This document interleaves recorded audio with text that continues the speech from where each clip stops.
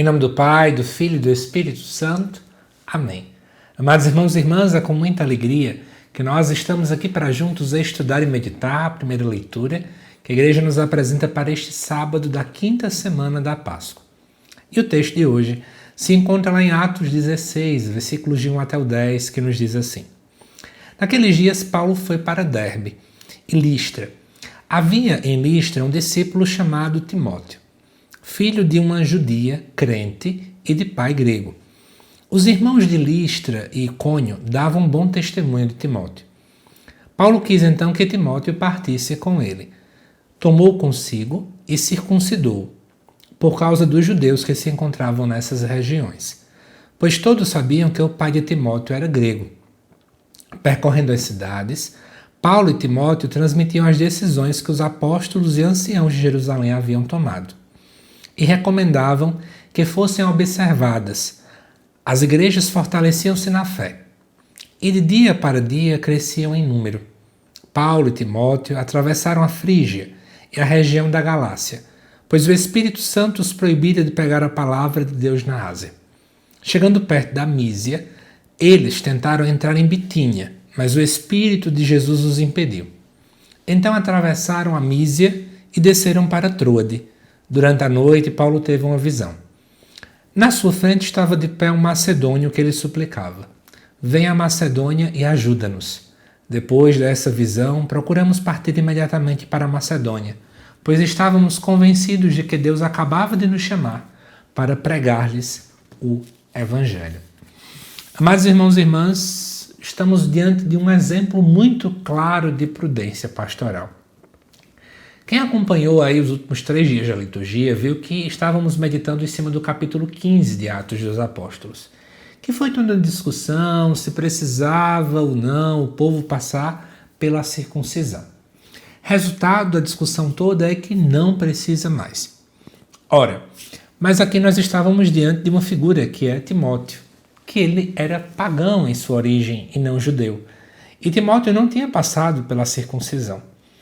E mesmo sabendo que não precisava, nós estamos vendo o cuidado, a prudência pastoral da parte de Paulo em evitar que Timóteo continuasse sem a circuncisão para atrapalhar a fé dos outros. E aí nós temos que tocar num assunto muito delicado. Eu vejo muita gente sem entender a importância da prudência pastoral. Vamos lá, bem com calma, para explicar para vocês. Não tem nenhum problema, por exemplo, a gente escutar música que não é religiosa.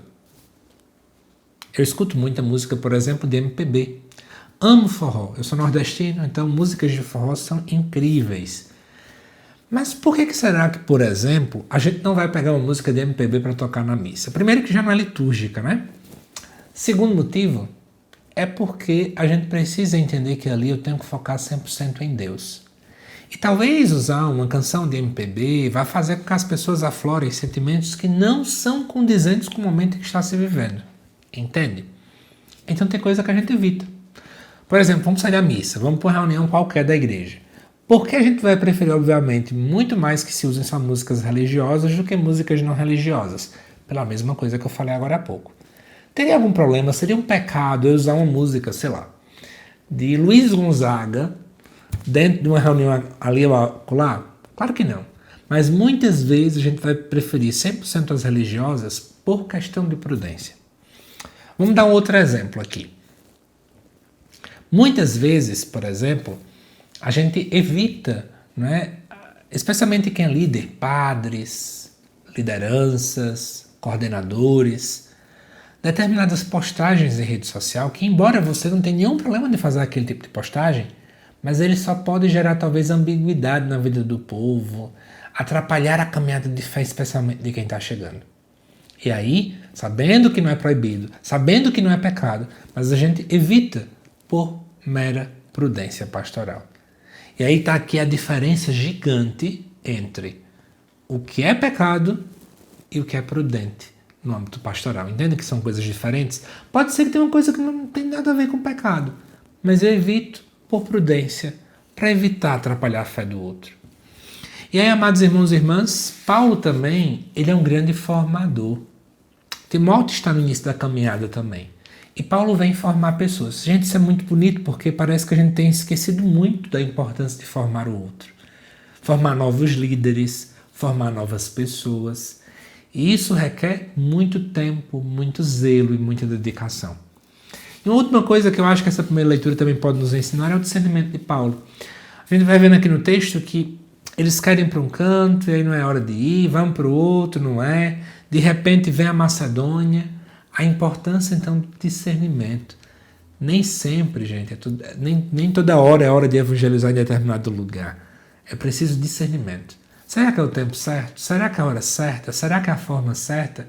Esse tipo de pergunta sempre tem que estar na nossa cabeça para nós refletirmos melhor, à luz da palavra, onde Deus quer que a gente possa começar a agir. Que Deus te abençoe. Te aguardo daqui a pouco às 7 da noite para o estudo do Evangelho neste sábado. Até mais.